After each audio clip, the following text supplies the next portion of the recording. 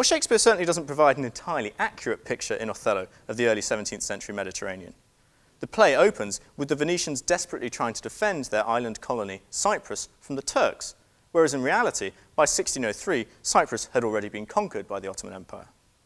But in other respects, Shakespeare's depiction of the Mediterranean world is fairly accurate or sensitive to its realities. He creates a world in which Christianity is on the back foot. He recognises the importance of islands, such as Cyprus, in the geopolitics and religious politics of the Mediterranean world.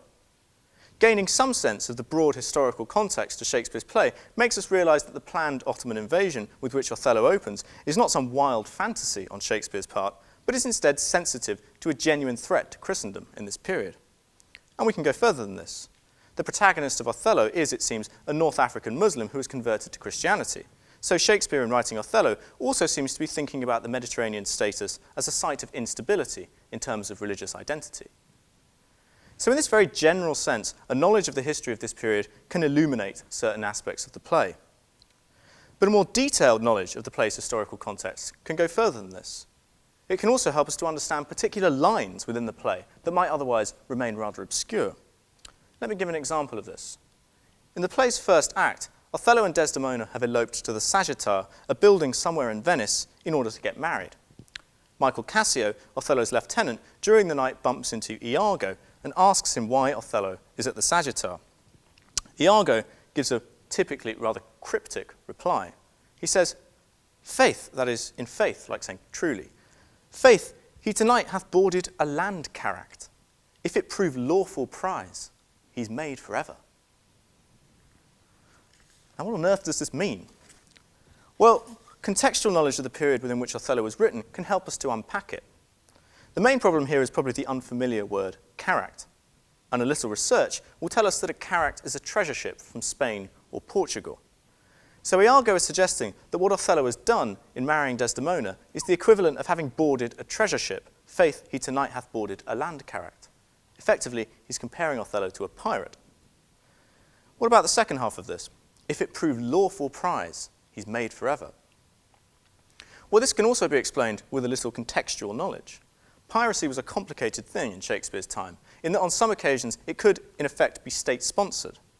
While England was in an undeclared war with Spain in the late 16th century and up till 1604, men such as Francis Drake would attack Spanish treasure ships returning from the New World, and these ships would usually be declared by Queen Elizabeth lawful prize, that is, fair game. So this kind of piracy, usually referred to as privateering, was essentially a war by proxy. So with this knowledge, we can begin to interpret the second of Iago's lines. He means that if Othello's marriage is ratified, if Desdemona is deemed a lawful prize, then Othello will be a rich man, made forever. He will be what we might call a made man. So there's no doubt that contextual knowledge has helped us to read the play.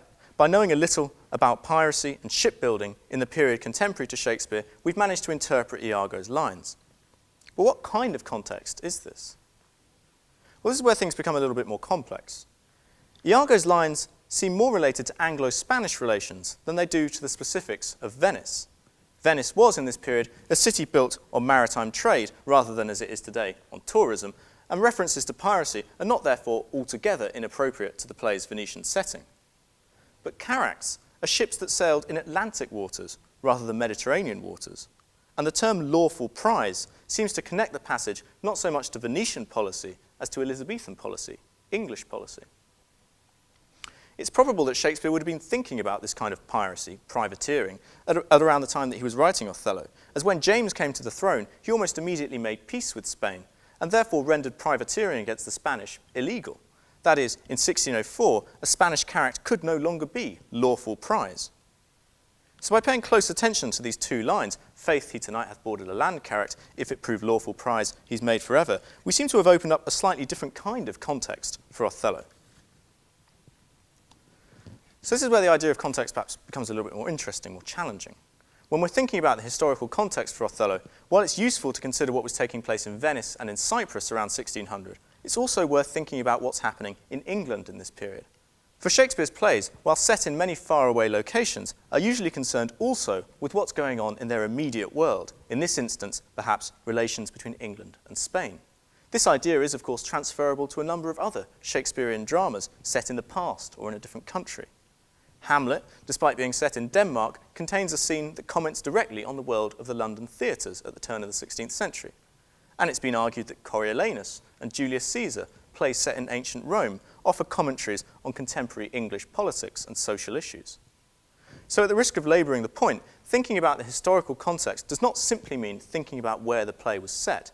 It also means thinking about where the play was written, which means that Shakespeare's plays can have, as it were, a double context or multiple contexts. The critic Andrew Hadfield, in his book Literature, Travel and Colonial Writing in the English Renaissance, gives this general idea of transferring the play's politics from the Mediterranean to the North Atlantic even greater specificity. Hadfield reads Othello as a play that's concerned with Anglo-Spanish politics and suggests that it, and I'm quoting, appears to possess a ghostly Irish context. For Hadfield, it's interesting to think of the play Cyprus as a kind of analogue for Ireland. Ireland was an English colony when Shakespeare wrote Othello, but given its overwhelmingly Catholic population, there was always a fear that it might serve as a launch pad for an invasion by Catholic Spain. In Hadfield's reading of Othello's geography, then, England is the analogue for Venice, desperately trying to hold on to its colony. Spain becomes the analogue for the Turks, an association that was actually frequently made in writings of the period. And Cyprus becomes the island over which they're fighting. For Hadfield, this setup, this overlaying of one geographical space on another, this double context, allows Shakespeare to make several points about English policy in Ireland, and the analogy between England and Venice allows Shakespeare to explore English political and judicial systems. Now, it's important to stress that Andrew Hadfield by no means insists that this is the only way to read Othello. As he suggests, the Irish context, if it exists at all, is ghostly, and there will be some critics who would deny its existence outright.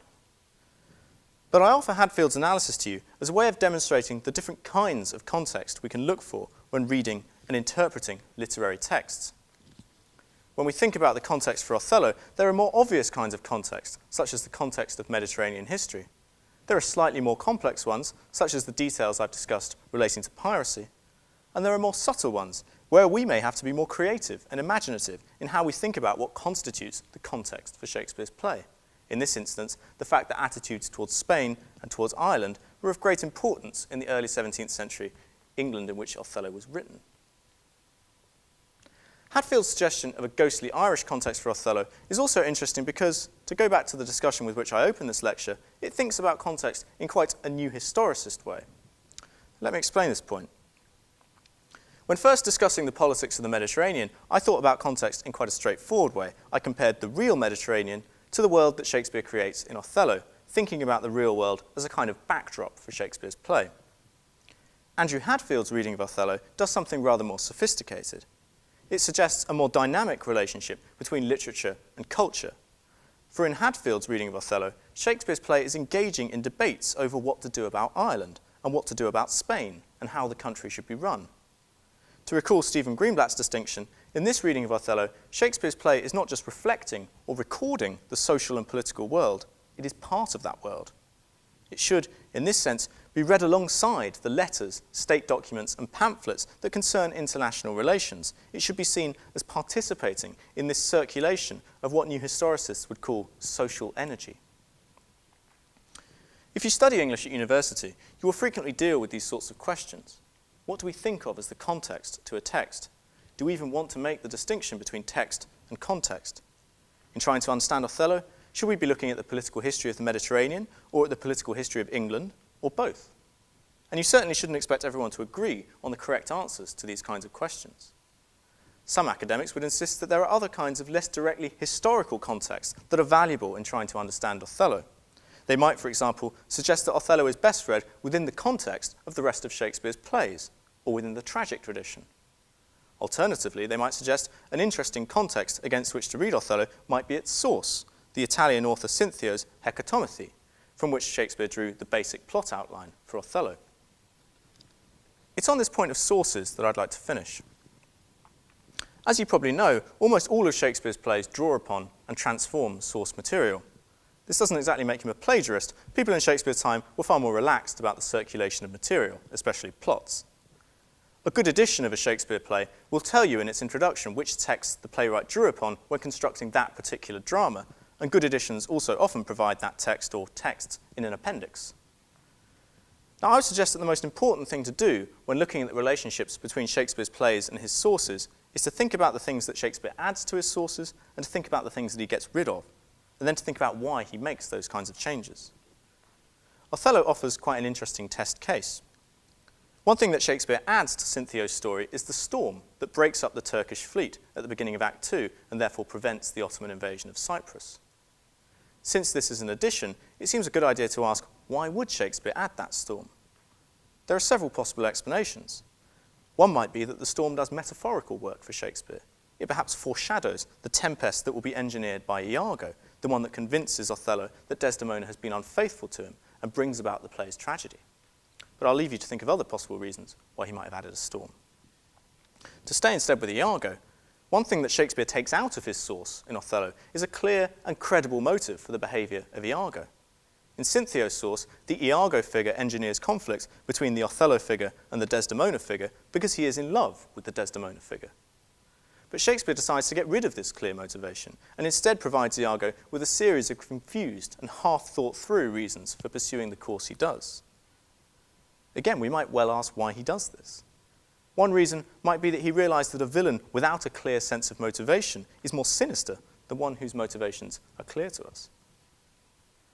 Again, I'll leave you to think of some of the other possible reasons behind this change, but the point is that in thinking about the relationship between Shakespeare's plays and their sources, in Othello or in any other play, it can be quite illuminating, as asking why Shakespeare made the editorial decisions he did can help us to ask fresh questions about his artistic methods. To conclude, thinking about an author's sources and thinking about the different genres within which they work is obviously quite different from thinking about the relationship between literature and its immediate culture. These are two quite different kinds of context. In the first case, when thinking about the textual context for a work of literature, so for example about Cinthio as a source for Shakespeare, we're thinking back through time or across time. To use the technical term, we're thinking diachronically.